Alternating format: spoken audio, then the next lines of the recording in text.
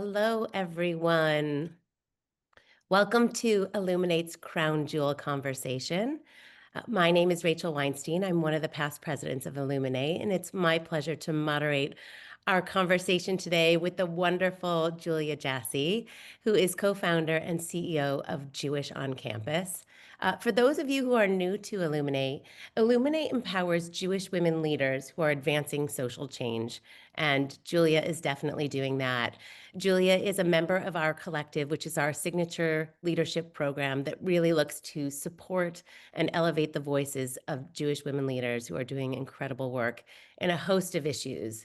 And Julia, you are working around the issue of anti-Semitism in campus. And you and I have been so fortunate to be able to speak in a few forums for Illuminate. And yet, this is a topic that is constantly evolving. So I'm really excited to talk to you today. First, welcome, welcome. So happy to have you here. Thank you so much for having me. And thank you so much to everyone for listening to a bit about Jewish on campus and the situation right now. Rachel, you're the person who brought me into the Illuminate community, and I'm so glad to be a part of it. So thank you so much. Well, we're thrilled to have you here. So, for anyone who may not have heard from you before, just can you share a little bit about the background of Jewish on Campus, about your background, and basically what the mission of the organization is? Absolutely. Yeah. So I started Jewish on campus when I was in college, when I was going into my sophomore year at the University of Chicago. And I am from New York and never had an experience of being the only Jewish person in a space, never really needing to, a very privileged thing to say, but never really needing to defend myself and my Jewish identity. And when I got to college, I realized that that's not always the case, and that conversations that should be happening are actually, in large part, being rejected. And it's really difficult to find community on campus around some of these really divisive issues that also are key to our identities. My family is Israeli. They're Israeli because they were previously from Iraq, Yemen, and Spain. And so they had no choice. And wanting to find these compassionate conversations and answers to anti-Semitism wasn't something that was easy when I was 19 and having these experiences for the first time. And I realized alongside friends that these experiences were not unique. They were happening across the country, and that kind of the heart of Gen Z is grassroots advocacy, is people being their own voice and standing up and speaking for themselves. That's the culture that we were raised on. Um, and there was nothing for the Jewish community. There's plenty actually of amazing organizations like this in other parts of the world for the Jewish community, but there's nothing in the US.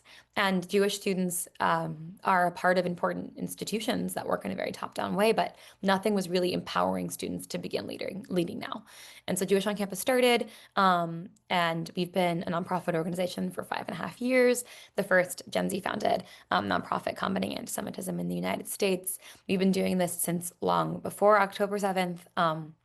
And have really grown from what started as a social media page into an organization that's brought Jewish students' voices to new places. All the way, we were the only student group involved in the creation of the White House National Strategy, with the second gentleman in the Biden administration, starting in 2022, filed a number of civil rights complaints on behalf of Jewish students, also understanding where anti-Semitism intersects with gender-based violence and how that impacts students' experiences on campus. And really the core of what we do, core of our student programming on the ground nationally, is how to give voice in a very complicated moment to students in an authentic way. Yeah, it's amazing. And it's amazing that you did this while being a full-time student and, um, you know, really so incredible. Not a You lot know, of sleep. sleep's overrated. Yeah. Um, I imagine that that part of the challenge of combating anti-Semitism is that there isn't a unified definition. Um, so can you walk us through a little bit, like what are some of the differences in the definitions, and then how do you decide, as an organization, what you're working off of? Yeah, and transparently, this is a conversation that's challenging, I think, for every Jewish organization right now. One thing we were talking about earlier on today was it almost feels like combating anti-Semitism is a moving target. Things are changing a lot. They've changed a lot in the past 2 years. They've changed a lot in the past few months. A post October 7th world is different. A post war world is different. And a lot of the community, I think, is facing, or should be facing, kind of the way that I describe it is kind of the after a football game when your team loses really badly and you need to watch the reels back to figure out how you're going to adjust moving forward. That's sort of where we are as a community, or where we should be as a community right now. The definitions of anti-Semitism are complicated and in many ways divisive. The traditional definition is what's called the IHRA definition, IRA, International Holocaust Remembrance Alliance definition of anti-Semitism, which definitely is the most, I guess, bullish on Israel. It's interesting because there's the definition and then there are the examples. The definition is actually quite vague. And the examples of what anti-Semitism is are where kind of gets into the meat and potatoes, where it really is very clear on where that line is crossed into anti-Semitism and anti-Israel, and where kind of that line is crossed. And that's traditionally been used very, very widely. Many governments across the world have adopted the IHRA definition of anti-Semitism. People will probably hear it called IRA a lot. But it's interesting in the US because the US has very different laws around hate crimes than a lot of places in Europe and hate speech in a lot of places than Europe. We never really codified a definition as a part of anything penal or legal. Whereas in Germany, for example, Holocaust denial is illegal. So you have actually student groups like the World Union of Jewish Students, the European Union of Jewish Students, who've recently sued Twitter for allowing Holocaust denial to proliferate on the platform. You would never see that in the US because we have a lot more, I guess, broad definitions of what crosses a line into threatening speech. So, what that means is that the IHRA definition, the way that it's been used in America, has been in conjunction with civil rights complaints. Title VI of the Civil Rights Act is how students are able to file complaints of anti-Semitism. Title VII is for employees who have faced discrimination. The reason it's really interesting how Title VI works, not to go down a Title VI tangent, but actually religion is not protected under the Civil Rights Act because yeah, the reason why is because that can then be used to discriminate in other ways. So if a Christian school doesn't want to hire a Jewish employee because that Jewish person doesn't believe in Jesus or doesn't want to hire a member of the LGBTQ community, that would open up a whole new can of worms. So the way that Jews are protected under Title VI is national origin discrimination, that we have a shared national origin and therefore anti-Semitism discriminates. That's actually similar for the Muslim community, Sikh community, other religious minorities, shared origin. What that means is that it recognizes that anti-Semitism isn't just religious, but that it also is, in a lot of ways, a more robust view of how it impacts based off of our identities in many different ways and Israel. So that's where Israel comes into play a lot. Then on the real other end of the spectrum, you have the Jerusalem definition, which definitely I think is the most lenient when it comes to the line between anti-Semitism and anti-Israel discrimination. It is an organization, it kind of propped up in the past couple of years before October 7th. And so you see this huge dichotomy and huge controversy between IRA and the Jerusalem definition. But then you have a new definition that came out very recently, Nexus, in the middle. They're an organization and the definition. And they definitely are kind of the midpoint between IRA and the Jerusalem definition, where they recognize where the line is crossed over into anti-Semitism, but they're a little bit more liberal with where that line is than the IRA definition. None of them are really partisan. I mean, you see people who support each definition. In fact, actually, it's funny, you see a lot of the people who are very against IRA can also be people like Marjorie Taylor Greene, who think that it polices free speech too much. So it's a really interesting kind of mix there. In 2023, May of 2023, when the White House put out the national strategy to combat anti-Semitism, they actually used two definitions. They said the Nexus definition and the IRA definition were how they're going to define anti-Semitism. A lot of universities don't know which to use because it's challenging, and in some ways they intersect a lot. In some ways they are opposed, and so it's really challenging.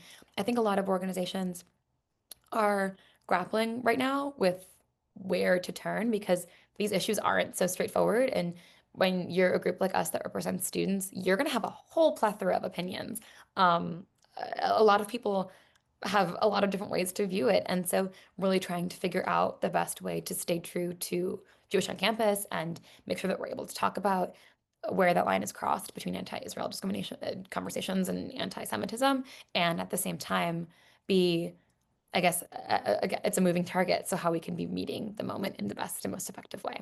That was a bit of a ramble on Ira, but yeah.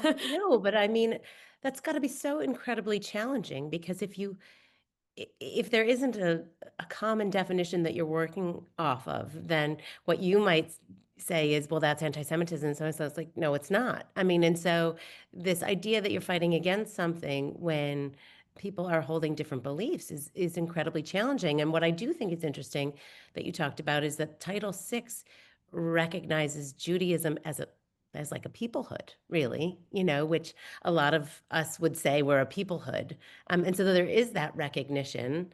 Um, and yet people who are anti-Semitic, some of them hold that and some of them don't. It's a religion, so it's Yeah. just so interesting how these lines are so blurred and how much that complicates your work. And it just, sort of while we're on the topic and before we get to like what's going on campuses, I mean, obviously, there are so many divisions and viewpoints about Israel, about the war in Israel, about the two-state solution, about all of it. And these divisions exist even within the Jewish community, and especially within, I would say, Gen Z and university-aged students. And so you have a big umbrella, Jewish on campus. I mean, how do you navigate sort of those divisions in opinions and like what challenges does that present for the work that you're doing? Yeah, it is very hard. And I guess something that we hold true as an organization and always will is the idea that we need to be, because we're small growing, but small and pretty nimble, we're able to evolve with the moment as the moment changes. It's really challenging. I mean, the core of what we believe ultimately is that tough conversations are important, that tough conversations have to happen respectfully. If somebody is, the way that anti-Semitism often looks and the way that it spreads often isn't somebody starting off being like, I hate Jews. They're the devil. That's not really how it starts right now amongst Gen Z.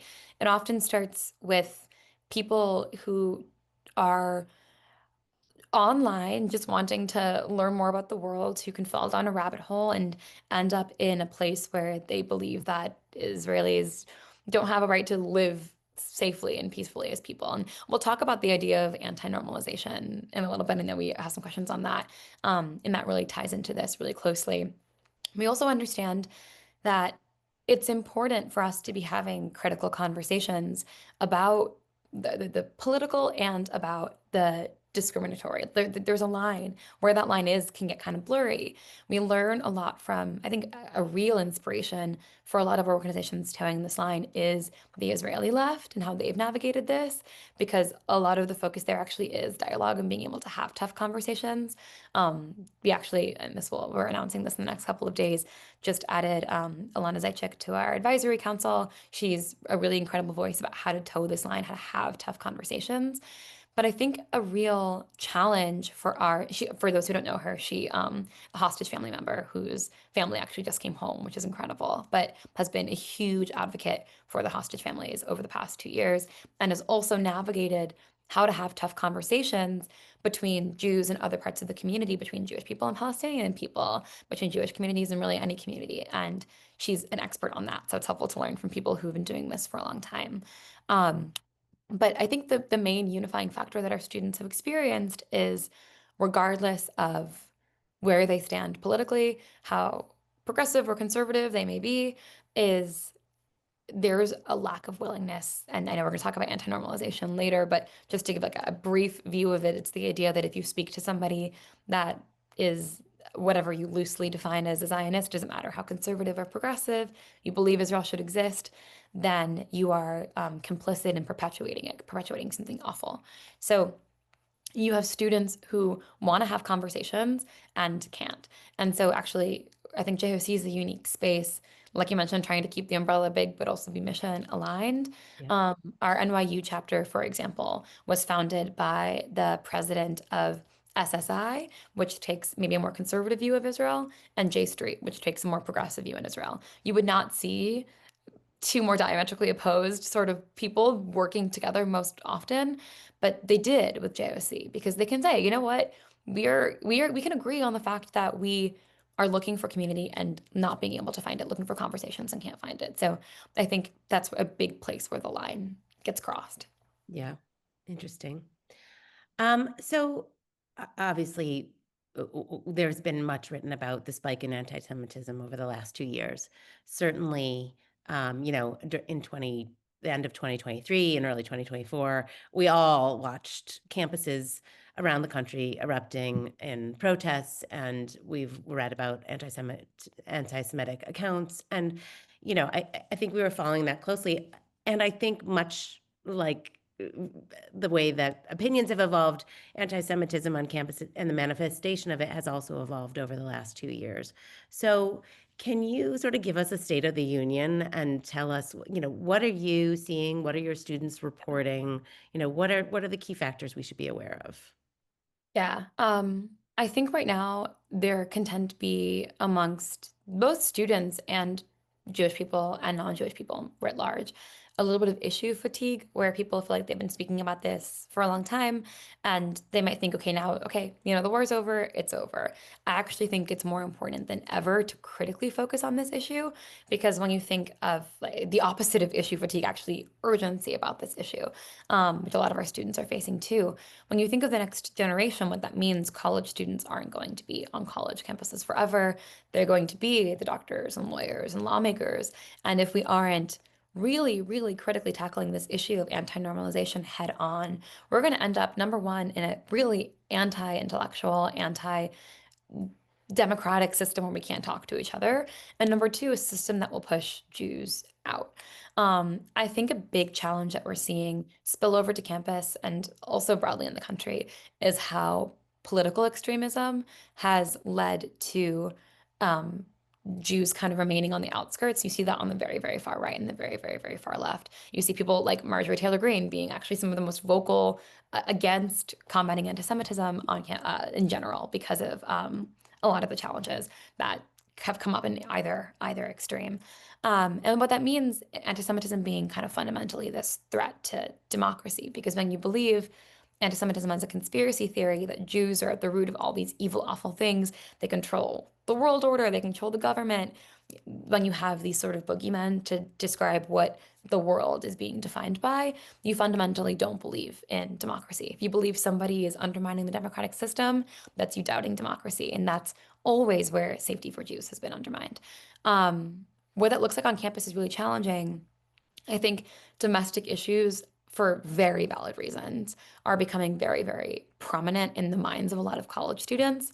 What you'll find is Jewish students who really want to engage in progressive issues that matter to them, immigration being a big one, um, racial injustice, gender inequality, reproductive rights, all of these really big issues that students want to be a part of, they're finding themselves challenged to be fully included in it. So, for example, we had a student at Tufts who really is passionate. She comes from an immigrant family. She wants to go to the demonstrations talking about ICE and the protection of immigrant students. And she wasn't able to attend because they said, "Oh, you go to Hillel, you're a Zionist, therefore you can't come to this." Meanwhile, this is somebody who's on the same side and wants to be able to have these be a part of these movements. So it's a really big challenge. I also think, though, it is a moment as the war is settling down, hopefully, for there to be new conversations that are able to emerge. I think Jewish students are more hungry than ever for conversations that are hard because we've been having them internally for the past few years. So I think even though it might seem like things are quieter now, actually, I think they're more urgent than ever because there is this opening and this willingness for students, and also this recognition that if we don't do something now, we don't, again, kind of pump the brakes, watch the highlight reels, watch the video back, and adjust. And that's kind of why JOC exists. We are the group that is adjusting, kind of acknowledging what's wrong in how the Jewish community has approached this historically, how we can change it. But it is definitely not not a again, it's a moving target, not a static situation. It's evolving every single day. Yeah, and so that exclusion that you're talking about, that's what you refer to as anti-normalization, Yeah. right? Just Yeah. for people's clarification. Yeah. Yeah. Ca So basically, I'm happy oh, to give like a very, very brief synopsis on it as well. Basically, it's the idea that if somebody is a Zionist, believes Israel should exist at all, goes to an institution like Hillel or anything like that, they are now they are blacklisted. You can't talk to them, you can't coordinate with them, you can't go to meetings with their groups because if you're doing that, you're normalizing their beliefs, which leads to, as you can imagine, a lot of challenges in having mm, conversations that are tough. yeah. Well, look, I think it's not only happening on campuses, but I think that happens a lot, in other progressive spaces too. So this is a real issue. But like you said, if we can get to it when people are young and change that, then we have a chance of changing the perpetuation of it going forward. Talk to us a little bit about like the role of social media, both in terms of how you use it and what challenges you face by it. Yeah, social media is tough, particularly in a post-COVID world. A lot of us, I mean, COVID started when I was 19. A lot of people, COVID started even younger than that, which meant that we really were coming of age in a time when our most coordination with our friends was online. And so social media is like a second language for the majority of Gen Z, which can be great in many ways. It can be opportunities to share stories, to open people's minds to experiences they never would be exposed to because they're happening on the other side of the world, or to a totally different community than them. And that's so important. And at the same time, social media is fed by outrage. So there's this like ever looming thing called the algorithm. And basically, it sounds like a scary word. But what the algorithm is it's the way that apps are coded, meaning that if they see that a post, the algorithm picks up that a post is getting a lot of likes and shares and comments. That means that post is popular and it should promote it on more people's feeds. So a post that is getting a lot of attention, more people will see because the algorithm will put it at the top of what they're showing people. Now, that doesn't really take, the algorithm isn't taking into account what those posts are. They aren't taking into account what those comments are. People aren't really going to get very, very excited about posts that talk about unity and conversations. They're going to be sharing and commenting on outrage. And the algorithm doesn't know the difference between a hate comment and a comment of support. All it sees is a comment. And so it's going to continue being promoted. Um, and it will go viral as fast as it takes to press send. So you see a lot of mis and disinformation, a lot of inflammatory language coming from everywhere. You see, of course, a lot totally dehumanizing Jews and Israelis, which has been critical to the experience of Gen Z. You also see a tremendous surge in white supremacy, particularly on Twitter, since the shifts in leadership with Elon Musk in the past couple of years. Um, it's an unusable platform for a lot of Jews because the white supremacy that emerges is really scary. So there can be this, I guess, urgent feeling, this tendency towards saying, okay, social media is awful, let's not use it. But the reality is it's the evil that we know. It is in many ways a really powerful platform to share stories. How many people have never met a Jew before? We are such a small population. It's an opportunity to share our stories, to educate people too. And if it's being used against us, we need to be using it too. We can't sit out this fight because it is critical. It's how Gen Z communicates. And so that's kind of actually JOC started as an Instagram page. The idea that we were lacking a group that met the moment of how Gen Z communicates, how Gen Z is able to reach other people in our generation, and therefore we're missing the mark and reaching an entire generation of people. So that's kind of how we started, and we actually started the organization after seeing how much success we were having on social media because we realized that was an opportunity to really reach Gen Z. So it's critical. It's super intimidating and really depressing sometimes, but it is absolutely critical. Yeah, right. It's how information gets shared. So the good, the bad, the ugly, all of it. Um, there's also it's not only students. I'm going to use the word against students. There isn't only the challenge of anti-Semitism within the student body at universities. We hearing stories about anti-Semitism within the faculty, within curriculum. Can you tell us about a few of the things that you're seeing in that arena?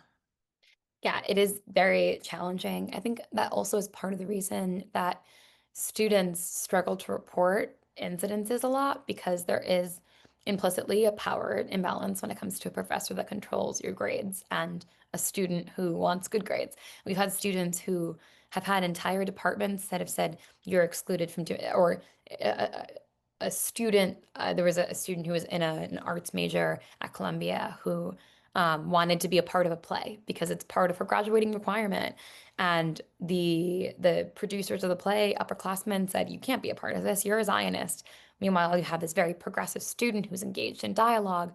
And when she reported it to her department, they said, it's their right to do that. Meanwhile, now it is taking away a credit to be able to graduate.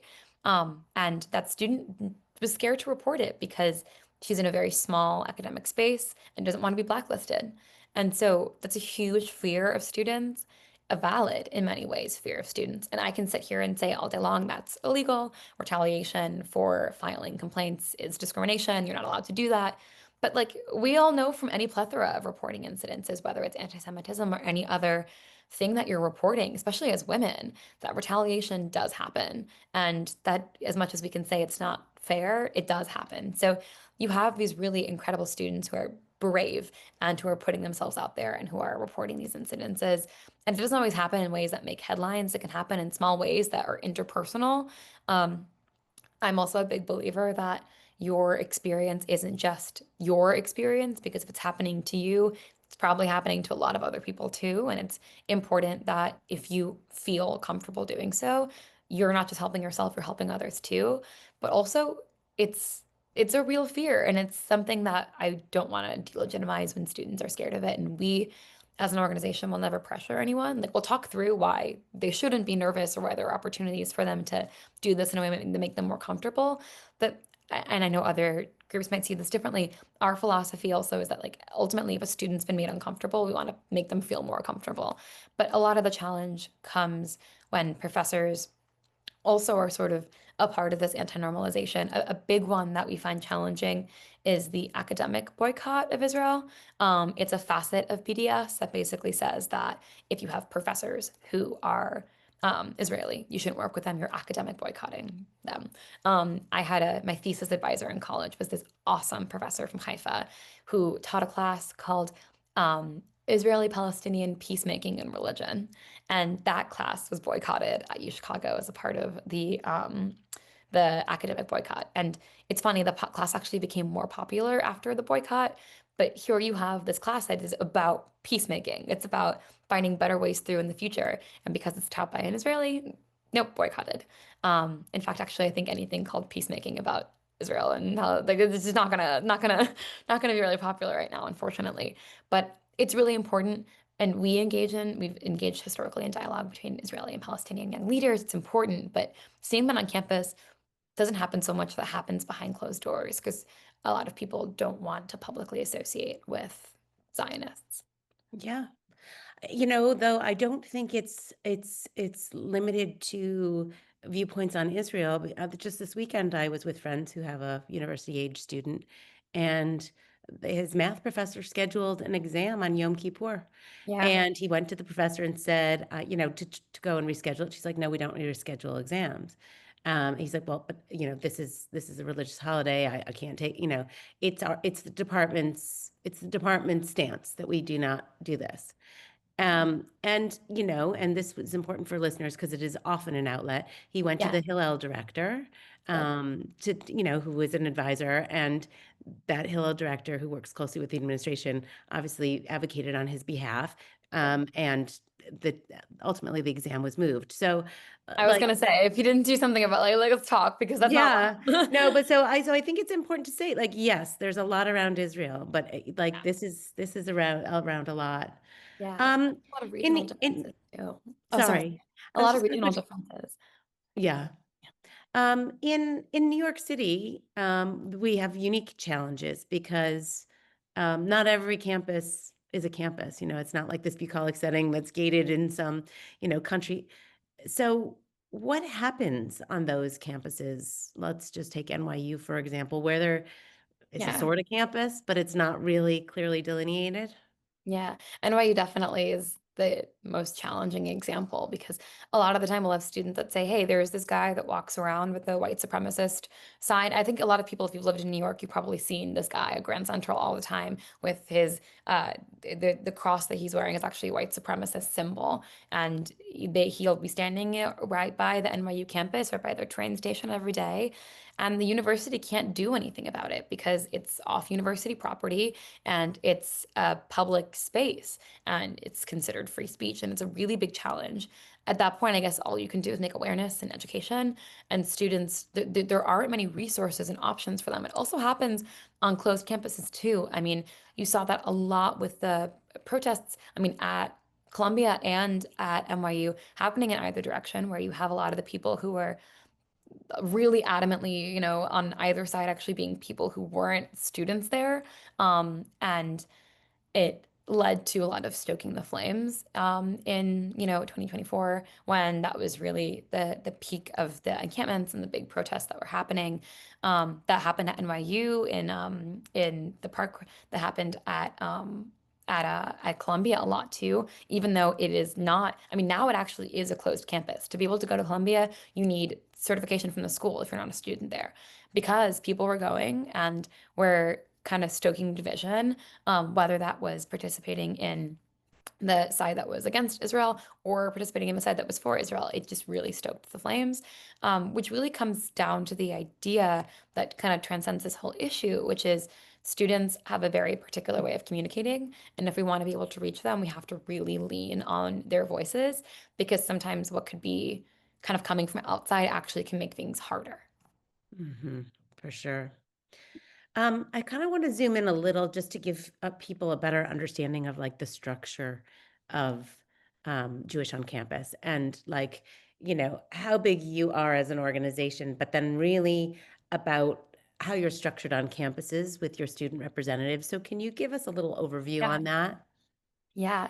So we have a full-time staff of three, part-time staff that varies throughout the school year, but that varies from 6 to 9, depending on the time of the school year. Then we have our Jewish on campus student union, which basically is actually loosely modeled after the World Union of Jewish Students internationally, which are kind of a student-directed advocacy group that is so powerful across the world, really, really, really, particularly in Europe and in Australasia, so Australia and New Zealand. Um, so the group that we have call it our student union, we actually are set to become the first ever American union in the World Union of Jewish Students. And we are currently an observer member, which is really exciting because it brings Jewish students in conversation with the international Jewish community. But that group also, we give those students the resources to be able to be voices for themselves. So how do you talk to media? We're going to media train you. What are your civil rights? What can you do? What can you say? How can you have conversations that are really challenging? What does it mean to use social media responsibly? And those are all really important leadership vehicles that we work with our students on, which then segues into our chapter system.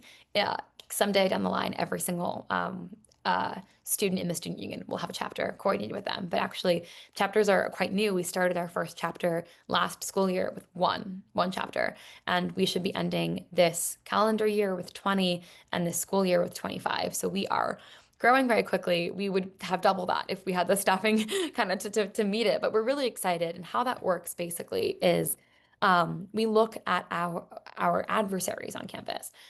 How have they been successful? It's because they're so student focused. It's not an educator that has been off campus for decades coming and teaching students. That educator has taught students how to teach their friends. So it'll be the kid sitting next to in your econ class that says, "Hey, I'm hosting an event later on today about, you don't like Zionism and colonialism, how Zionism is the root of colonialism in the West." And so someone will say, okay, it's the kid next to me in econ, it's my friend. I'm going to go and talk to them and they'll come to the event. Well-intentioned, not trying to be kind of anti-Semitic, just coming into the meeting. The Jewish community has failed to make anti-Semitism advocacy cool, for lack of a better word. And so Mm. our chapters are really focused on understanding how are students communicating, what's working and how we can work alongside with it. And that's sort of our student focused work. We also want to engage beyond students, of course, parents, grandparents, people who care about their students and campuses. We have our leadership community, which Rachel is a part of, which is a way to engage parents and grandparents who want to be a part of it, also sort of professionally want to be able to coordinate with other Jews who are probably having a lot of these same questions of how this impacts their kids, but also themselves. But we also have our board of directors and our advisory council. Our board of directors is kind of a governing board like any nonprofit would have. And our advisory council is basically a way for us to make sure that as we're growing, we're being responsible towards something that is long lasting and not short lived. So we have halal directors, fundraisers, donors, advocates, um, consultants, people who, other nonprofit professionals, people who have been in all the spaces that we're touching on for longer than we have, so we can be responsible as we're growing. Amazing, amazing. How do you engage with other groups on campus? Let's say African American groups or Yeah. other minority groups, like, where are there synergies and partnerships and opportunities, and then where do you find challenges? Yeah, totally. So it works sort of in two directions. We look within the Jewish community and acknowledging the diversity within the Jewish community, and also externally. We don't want to only be speaking to ourselves. Jewish on campus is interesting because all of the people who started Jewish on campus, myself included, are all Sephardic Jews. And so from the very beginning, we were very mindful, and the majority were women. So we're very mindful of within the Jewish community how to be having conversations about the diversity within the community. We actually just founded, it started as our Jewish on campus chapter in Puerto Rico. There were two Jewish students in Puerto Rico. One of them graduated. So we grew it out to become Jassey in Espanol, which is for, there is a kind of an under-acknowledged but very large population of Jews from Latin America, most of whom study in college in the United States, and now are having two different I guess places where they're trying to find their place as students in the United States during a very challenging time for a lot of people from different countries in Latin America and as Jews. And so this is a really exciting new project that we just started. But we also acknowledge that we shouldn't only be speaking within our own community. We need to be external too. That's a huge focus of ours in this coming year, working together with Black student unions and HBCUs. We've been involved historically in conversations between Israeli and Palestinian young leaders, which has been something that transparently I'd love to do more of. It's hard right now. It's a very volatile time. It's hard to find willing interlocutors sometimes, but we're really, really trying to push on that as well. And of course, also focusing on the intersection of gender-based discrimination and anti-Semitism, because it is very prevalent. And the experience of Jewish students looking for places existing both in Jewish spaces and in spaces for survivors is a real challenge that we're focused on as well.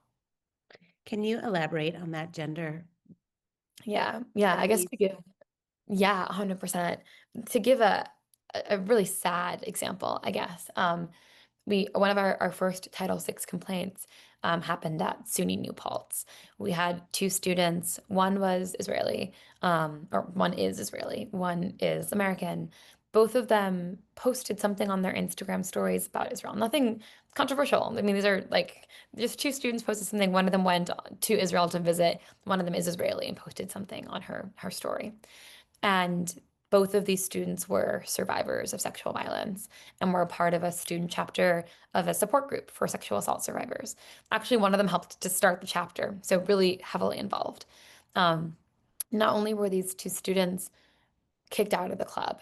They actually were publicly shamed. They were posted all over social media, these two students' names saying they should not be, these people are awful. These people don't engage with them. And these were students who wanted conversations. These are students who were involved in political spaces and in Jewish spaces and wanted to be able to have these conversations and were totally excluded, totally pushed out.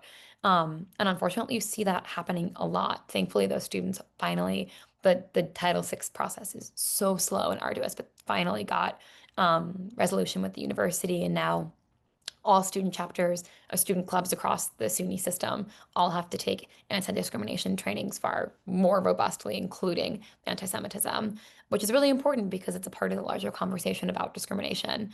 Unfortunately, you see that happening a lot. You see that happening at UCLA, where Women's groups have boycotted working with Hillel, for example. I see that happening in Texas a lot. A lot of intersection between Jews and the LGBTQ community who want to find space to work together and also go to Hillel. And Hillel is now being boycotted. That happens a lot at Columbia, for example, where a lot of these groups have cut ties with a lot of identity-based partners. Unfortunately, it's also not just identity-based. You even see at Columbia, there's an example where dance groups boycotted working with Hillel. And so you see students who are just wanting to participate in their extracurricular activities and having a hard time. But I think it's particularly challenging when you have women who already face disproportionate harassment, discrimination, violence, looking for community with other women, because that is, again, we grew up in a world where Me Too was happening during our fundamental development years. This is a huge part of how women of my generation see each other in community, turning to each other at hard times.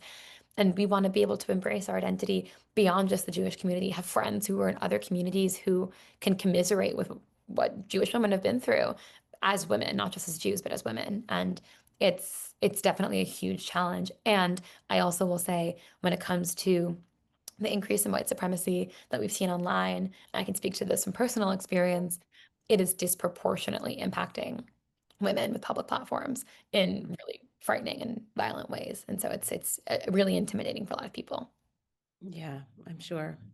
I mean, one of the things you sort of said earlier, and when you're talking with partnering with other student groups on campus, is that we need to be able to engage in deep and meaningful and sometimes difficult conversation, right? Like if we want to educate people and move the needle on anti-Semitism. So what are you doing to train your students on how to engage in these kinds of conversations? Yeah. We're very lucky that we attract an audience, I guess, by virtue of who we are and what we put out there publicly, who want these conversations. Our students definitely aren't the type to say, kind of plug their ears and not talk. So we're lucky that the students inherently want this. But we really focus on giving training to students. We're not going to sit and say, okay, if somebody says, this about Israel, here's what you're going to say in response, because that's not helpful. Conversations should be human to human. We understand that the best way to reach people is their stories. Like for me, my family is Israeli because we wouldn't be alive otherwise. So when I want to have a conversation with somebody, I can come at it from a place of like a place of empathy. And that's something that we think is really important to be able to say, this is fundamental to our survival, to our peoplehood. But also to be able to say, okay, how can we have these conversations? How to not freeze in the moment. So that might look differently for different people. So we do a lot of training. Actually, the first session that we did with our chapters and our national leaders this past year was training on, okay, we're going to give you very, very, very controversial statements that you hear every single day. We do two different rounds of this, one on Zoom, where students have to be able to argue both sides respectfully. And if they start yelling at each other, you fail, you're out. But my favorite activity that we do with our students, one that I think I find weirdly fun because it's so interesting, is reading out some of these most controversial things that happen on campus, and students have to say anti-Semitic, not anti-Semitic, middle, and you can stand anywhere in a spectrum. And the point is, you have to be able to explain it. We're going to ask our student leaders all the time, you think it's anti-Semitic? Why? You think it's not anti-Semitic? Why? And that's important because they need to be able to explain to somebody. A lot of the time, anti-Semitism, you just kind of feel it in your gut. Anything, sexism, you feel it in your gut. But you need to be able in that moment to explain yourself, because otherwise, how is the person going to learn? That's something that I struggled with when I was 19 and starting JOC. And I hated not knowing how to respond. So that's kind of why we teach our students how to respond in a meaningful way. But we also are there because, again, kind of Gen Z, cyber, online all the time. We are constantly on WhatsApp with our students when they do have these instances and don't know how to respond, because that is incredibly human to help talk through and brainstorm what they can do. But we're really training them from the beginning to have the education from leaders who are giving them lessons through our student union programming, but also methods and drills to be able to facilitate those skills. Yeah. Sounds like you're training the future lawyers of America. That's the goal. I like being Yeah. able to look at both sides of an issue and also just being able to Yeah. explain yourself. I mean, it's very important. Yeah, there are some Um, students you work with that will be the president someday, I believe it. how many campuses are you on now? Yeah, yeah. So we have chapters. We'll close out this year with chapters in 17 to 20 campuses. In terms of the students that we present on campuses across the country with our student union program, about 60 schools, Mhm. give or take a few schools, give or take a dozen. We also work with students across the country because our work is national. So Mhm. when we do congressional advocacy or when we do action about anti-Semitism, whether it's state, local, federal. We do a lot of work now in New York because it's a little bit harder to file federal complaints now. But when we do that, we work with students across the country. So we really have a very wide wingspan. So you don't have to have a student representative as part of your union for you to be reaching that campus, correct? Yeah, and we're really Yeah. mindful when it comes to doing anything, whether it's publicly or privately, about a campus to reach students at that school, which is why our robust network of student leaders over the past 5 years is so essential. Because if something is happening at the University of Puerto Rico, we will have a student there to ask about it. Right. Amazing. And you're also, we talked about the partnering with other organizations outside the Jewish community. Are you also partnering with organizations like Hillel or Chabad or other Jewish organizations on campus, Jewish Yeah. business groups? Yeah, we fundamentally believe that that is essential because we're not here to duplicate what anybody else is doing beyond the fact that it's confusing for students if there are multiple it's a waste of resources for us as well. So we work together with the organizations that are doing things that are essential for us. So we have, partnership with AJC when it comes to post-campus life and political advocacy. We work together with Hillels. Many of our student chapters actually are, depending on the school, some of them are affiliated with Hillel, some of them are independent. It depends. Our belief is that every school has a different need and that we want to fill that authentically. Also, JOC wouldn't exist if we didn't do something unique. We are a Jewish advocacy organization founded by and for students. We focus on how to use your voice in ways that we aren't necessarily held down by the history that organizations that need to be, Hillel will have a different reaction because they have to. They work together with the administration. That's valid. Our students want to be able to use their voices in a way that feels authentic to them. We do that very responsibly. We also give them an opportunity to have that present on campus. So we do something different. We do something that complements the field. Yeah. So this advocacy piece, right? Obviously, it's present on the campuses with the education and the empowering student voices, but your advocacy has been on the federal level as well. You alluded earlier on when you were giving an overview of your work that you worked with the White House and Congress in terms of like building resolutions around anti-Semitism. And now, even though in the short life of this organization, like you're working with your second administration. Yeah. Um, and so I'm wondering from your perspective, like how you see this issue, how it's become a political wedge issue, Yeah. and what, if any, shifts you've seen, right, in the last 9 months from what you had been seeing prior to that under the previous administration. Yeah, it's a tough question. I think one thing that I really admired working with the prior administration was the number of people that were in the room, a very, very, very wide array of opinions, wide array of opinions. Um, and when it came to student issues, they asked students. When I first worked with the White House, I was freshly 21. I was a senior in college, and that was not something that really was happening beforehand, which I really, really respected. I think the current administration, from my experience and the experience that I've heard of other organizations, it's a little bit harder to engage because they have, I think, a little bit more of an internal compass of what they want to be doing. So it's a little bit harder to reach in that way. Um, Obviously, definitely an issue that has become very divisive, something that we really hope won't be divisive. I think a real challenge students have experienced, like, for example, our students at UCLA or students at GW, they have wanted for years for there to be federal action on anti-Semitism. The Title VI process is slow moving to a halt a lot of the time, which I will say has become even harder now because of all of the cutting of funding to the Department of Education. Multiple Department of Education offices have been closed, and it is more challenging than ever. So we've really refocused a lot of the civil rights work on the local level because it's easier to get it done. But we have students at UCLA, at GW, who have wanted federal action for years, but don't really want classes and research departments to be cut, or students at Tufts who want there to be federal action for years, but also want immigration officials not to take their classmates in ways that are scary, especially to Jews who see that imagery and are scared.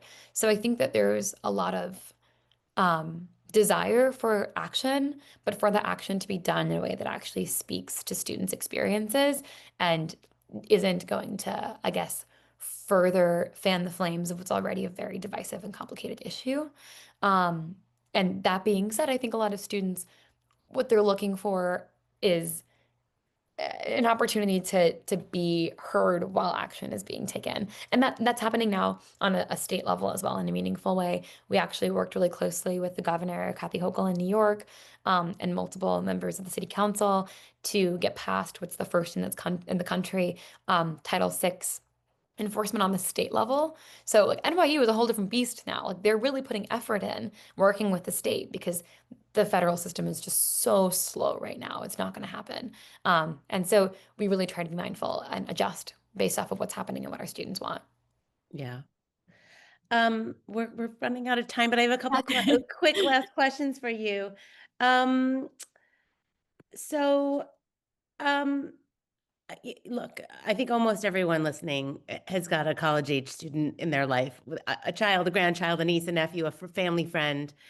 You know, what would be your advice to those who care deeply about this issue? Like, how can we support those students? And how can we engage with our universities and to make sure that our students, are feeling safe and supported during this time? Yeah. So I guess three parts to that. And I'll try to keep it quick because I know we have limited time. But number one, of course, before your students go to school, make sure that you're talking to them. One thing that I think I fell into the trap of when I was younger, that I really urge people not to fall into this trap. You shouldn't define your relationship to Judaism by anti-Semitism. You should be doing the opposite, be combating anti-Semitism because you have a strong relationship to Judaism. So make sure that that's something that is emphasized, I think, from the very beginning, because it can be very compelling to be on the offensive, but or on the defense. I guess on the defensive even more so, but really be fulfilled in your Jewish identity before you get to school.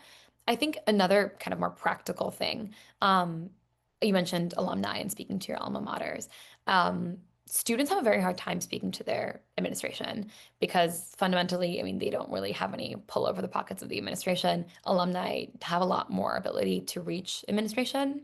And so, as much as you're able, if you have those opportunities to, if you're not able to bring students into the conversation, to talk to them first, that is essential. There are so many students who can kind of give behind the scenes beyond what you see on headlines about your alma mater, can be able to give kind of the real day-to-day experience of what it's like to be a student on that campus.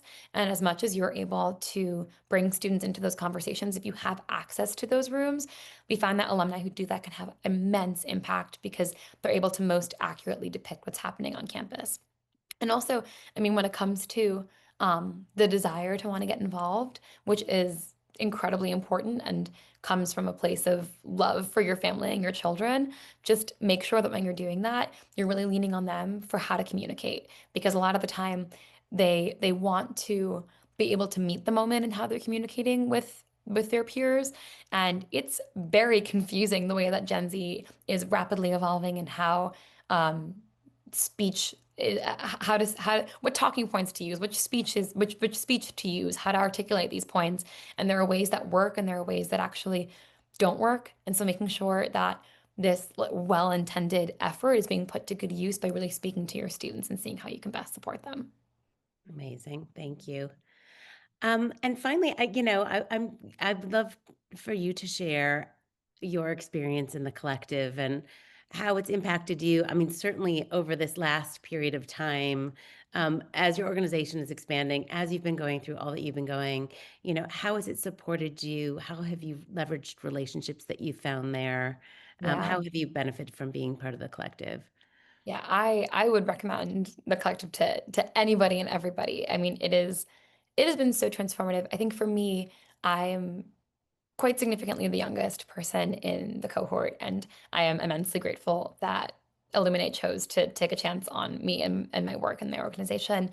But the gift that that's given me has been tremendous because I run an organization and I'm trying to do the best that I can to my constituency, to my students, and to be able to learn from women who have been in this space for a long time, who have the guidance and the wisdom to have made mistakes that I can now avoid making, or I have made, and they've been able to help guide next steps to be able to gain the wisdom of their experience, both kind of philosophically on some of the challenges that come with being a woman kind of entrepreneur, I guess, in the space, but also practically about fundraising, about leadership, about board development, like these just fundamental experiences that a political science undergrad would not have to be able to learn from the experiences of the women, but also the community.